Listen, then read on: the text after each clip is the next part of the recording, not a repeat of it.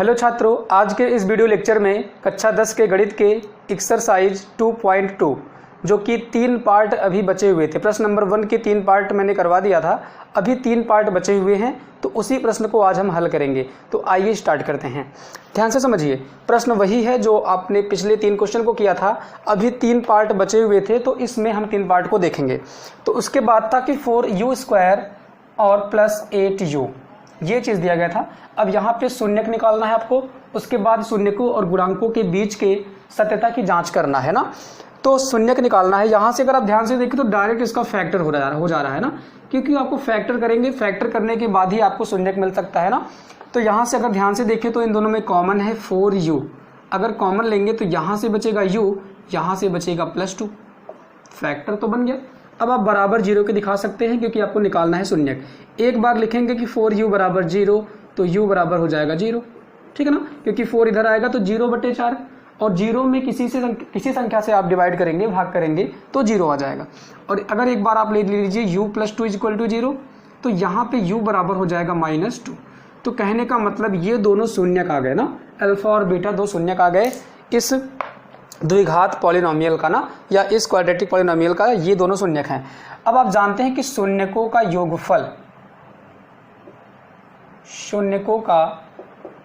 योगफल alpha plus beta बराबर होता है -b/a, ठीक है। और शून्यकों का गुणनफल भी आप निकाल लीजिए। पिछले वाले प्रश्न में मैंने शून्यकों का गुणनफल नहीं करवाया है शायद, तो यहाँ से आप देख लीजिए इस चीज़ को, और आप वो तो कर ही सकते हैं क्योंकि जब शून्यक पता है और गुणांक पता है आपको, तो आसानी से आप कर सकते हैं, कोई दिक्कत नहीं है ना। तो इसमें मैं करवा देता हूँ कि शून्यकों का गुणनफल भी करवा देता हूँ, शायद वहाँ पे छूट गया है। गुणनफल क्या होता है? c/a होता है ना। चलिए अब बात करते हैं, अल्फा यहाँ से कर देते हैं, अल्फा × बीटा बराबर। चलिए अब यहाँ पे देखिए शून्यकों का योगफल, 0 और -2 को जोड़ दीजिए, 0 + -2 बराबर -b/a ना। अब इनको कंपेयर करेंगे जब आप, तो ध्यान से समझिएगा, ax² + bx + c से कंपेयर करेंगे तो a बराबर कितना आएगा? 4 आ जाएगा। देखिए a बराबर 4, b बराबर 8 आ जाएगा, और c का वैल्यू यहाँ पे नहीं दिया है तो c बराबर हो जाएगा 0। अब इनका मान रख दीजिए आप -b/a, तो -8/4 हो जाएगा, तो -8/4। 0 में -2 को जोड़ेंगे तो -2 ही आएगा, और ये 4 से कटेगा, 4 दूनी 8, -2। देखिए दोनों पक्ष आ गए बराबर, left hand side = right hand side. अब शून्य को गुणनफल करते हैं, गुणनफल ना, गुणनफल में क्या है? 0 है, 0 का गुणा करना है -2 के साथ, और होता है c/a। तो c का मान है 0, a का मान है 4, तो 0/4। 0 का गुणा किसी भी संख्या में करने पे 0 आता है, और 0 में अगर किसी संख्या से भाग करते हैं तब भी 0 आता है। दोनों पक्ष क्या है? बराबर हो गया, तो left hand side = right hand side. तो ये चीज़ यहाँ पे सत्यता की जांच हो गई। तो पिछले 3 पार्ट में मैंने शून्यकों का गुणनफल शायद नहीं करवाया है, तो उसको आप देख लीजिएगा, इस प्रकार से करना है, ठीक है। आपको क्या, दोनों शून्यक को गुणा करना है और c/a का वैल्यू रखना है। दोनों बराबर आ गया तो इसका मतलब सही है। बात समझ में आ गई। अब इस पार्ट को देखते हैं कि t² - 15 कैसे करेंगे, ठीक है। चलिए इसको इरेज कर देते हैं। t² - 15, इसको फैक्टर कैसे करेंगे आप, इस चीज को समझिए। t² - 15 ना, देखिए इसको फैक्टर आप बहुत तरीके से कर सकते हैं, ठीक है, कोई दिक्कत नहीं है, चाहे जैसे कर दें। तो अगर देखिए एक तरीका ये भी है, अगर मैं t² - 15 को मैं क्या लिख सकता हूँ? मैं लिख सकता हूँ रूट में 15 और स्क्वायर। अगर मैं स्क्वायर रूट लगा दूं और वर्ग कर दूं तो क्या मान में कोई अंतर होगा? बिल्कुल नहीं होगा। अब ये हो गया a² - b², फॉर्मूला बन गया, जो कि होता है एक ब्रैकेट में a + b और एक ब्रैकेट में a - b। तो a + b का मतलब t√15, और अगले ब्रैकेट में t - √15 हो जाएगा। क्लियर है। अब हम 0 के बराबर दिखा देंगे, फैक्टर बन गया है, क्योंकि हमें जीरोज निकालना है, शून्यक निकालना है। तो अगर t + 15 = 0 होगा तो यहाँ से t = क्या हो जाएगा? -15 हो जाएगा, कोई दिक्कत नहीं है। और यहाँ पे अगर आप ध्यान से देखें, t - 15 = 0 होगा तो t = क्या हो जाएगा? 15 हो जाएगा। दोनों शून्यक आ गए। चलिए यहाँ पे रख देते हैं शून्यकों का योगफल, दोनों को जोड़ते हैं, -√15 और +√15 बराबर -b/a। अब यहाँ से आप कंपेयर भी कर लीजिए एक बार, जब ax² से कंपेयर करेंगे तो यहाँ से a बराबर देखिए 1 है, bx t के साथ तो कोई यहाँ पे है नहीं, तो मतलब b बराबर 0 है, और c बराबर कितना है? -15 है, ठीक है। ए बी सी का मान आ गया, रख दीजिए यहाँ पे। चलिए माइनस बी अपॉन ए, तो बी बराबर 0 है, ए बराबर 1 है, तो माइनस 0/1। देखिए ये प्लस और माइनस दोनों कैंसिल हो जाएंगे, यहाँ भी 0 आ जाएगा और 0 यहाँ भी आ जाएगा कि दोनों पक्ष यहाँ पे क्या हो गए, बराबर हो गए। अब शून्यकों का गुणनफल निकाल लीजिए, दोनों का गुणा करना है, तो माइनस रूट में 15 गुणा करना है रूट में 15 से, ठीक है। सी बाई ए, सी का मान कितना था -15 और ए का मान कितना है -1।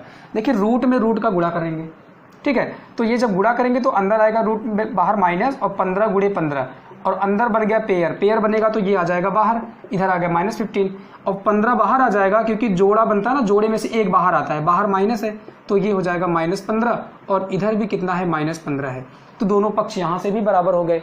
तो इस प्रकार से शून्यकों और गुणांकों के बीच में सत्यता की जांच आप कर सकते हैं। क्लियर है, कोई दिक्कत नहीं है।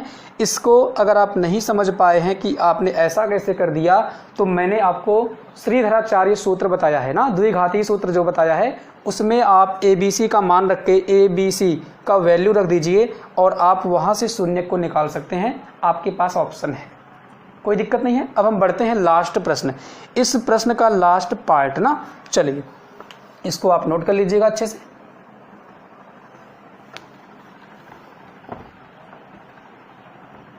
चलिए लास्ट पार्ट यहाँ पे दिया गया है कि 3x² minus x minus 4। Compare कर लेते हैं। सबसे पहले a बराबर कितना है, 3 है, देखिए a बराबर 3 है, b बराबर -1 है और c बराबर -4 है, ठीक है। तो वही तरीका है, a और c का गुणा करेंगे तो 4 तिहाई 12 हो जाएगा। अब हमको ऐसे दो नंबर्स चूज करने हैं, अपने माइंड में सोचना है कि जिनका हम मल्टीप्लाई कर दे 12 आ जाए और प्लस माइनस करने पे 1 आ जाए। तो 4 और 3, देखिए 3 का 4 में गुणा करते हैं, 4 तिहाई 12 और 4 में से 3 घटाते हैं तो 1 आता है ना, सही है। चलिए अब यहाँ पे हम क्या लिख सकते हैं, 3x² माइनस, जहाँ पे 1 है मैं वहाँ पे लिख सकता हूँ क्या, वहाँ पे मैं लिख सकता हूँ 4 - 3 इंटू x और -4। तो यहाँ से 3x² और -4x और माइनस माइनस प्लस 3x -4, इन दोनों में क्या कॉमन है, इन दोनों में x कॉमन है, यहाँ से बचेगा 3x और यहाँ से बचेगा -4, तो यहाँ पे कॉमन है केवल +1, यहाँ बचेगा 3x -4। अब इन दोनों में कॉमन क्या है, 3x -4 कॉमन लेंगे, यहाँ से x और यहाँ से +1 बच जाएगा, ठीक है, कोई दिक्कत नहीं है। अब हमको निकालने थे शून्यक, तो हम 0 के बराबर दिखा देंगे। एक बार आप लेंगे इसको 0 के बराबर, फिर इसको लेंगे, तो 3x -4 बराबर 0 करेंगे तो यहाँ से 3x बराबर 4 हो जाएगा, ठीक है, और यहाँ से x बराबर कितना हो जाएगा, 4/3। और अगर आप x + 1 बराबर 0 लेते हैं तो यहाँ से x बराबर कितना हो जाएगा, -1। तो ये दोनों आ गए शून्यक। अब आप यहाँ पे रख करके दोनों के बीच में संबंध देख लीजिए, तो अल्फा प्लस बीटा, तो 4/3 और प्लस -1, क्योंकि -1 है दूसरा 0, बराबर है -b/a। b का मान -1 है, a का मान 3 है, और यहाँ पे माइनस और b का मान -1 और a/3, तो 4/3 -1 ना, तो इसका मतलब 4/3 और प्लस माइनस माइनस हो जाएगा और यहाँ से माइनस माइनस प्लस 1/3 हो जाएगा। देखिए इसको कैसे सॉल्व करते हैं, 3 का इसमें गुणा होगा, 3 1 के 3 और इधर 4 में से घटा देंगे, तो 4 - 3 और बटे में 3 बराबर 1/3, तो 4 में से 3 गए 1 और नीचे 3 है, इधर भी 1/3 आ गया। देखिए दोनों पक्ष बराबर आ गए, इसका मतलब सही है, सत्यता की जांच हो गई।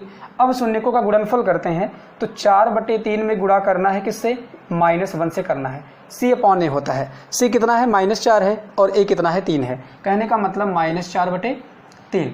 अब इनका गुणा करेंगे तो 4 1 के 4 और माइनस है तो -4/3 और इधर भी कितना है -4/3, दोनों पक्ष बराबर आ गया। इसका मतलब शून्यकों और गुणांकों के बीच में जो संबंध है उसके सत्यता की जांच यहाँ पे हो गई। तो इस प्रश्न को इस प्रकार से हल करना था। आशा करता हूँ आपको ये समझ में आ गया होगा। अगर कहीं भी डाउट होता है आपको तो एक बार प्लीज़ वीडियो को आप फिर से देख लीजिएगा और आपको समझ में आ जाएगा। अगर उसके बाद भी नहीं समझ में आता है तो हमें आप कमेंट कर सकते हैं, तो उसके लिए मैं कोई सोल्यूशन निकालूंगा। ठीक है, धन्यवाद। अगले वीडियो में मिलते हैं प्रश्न नंबर 2 के साथ।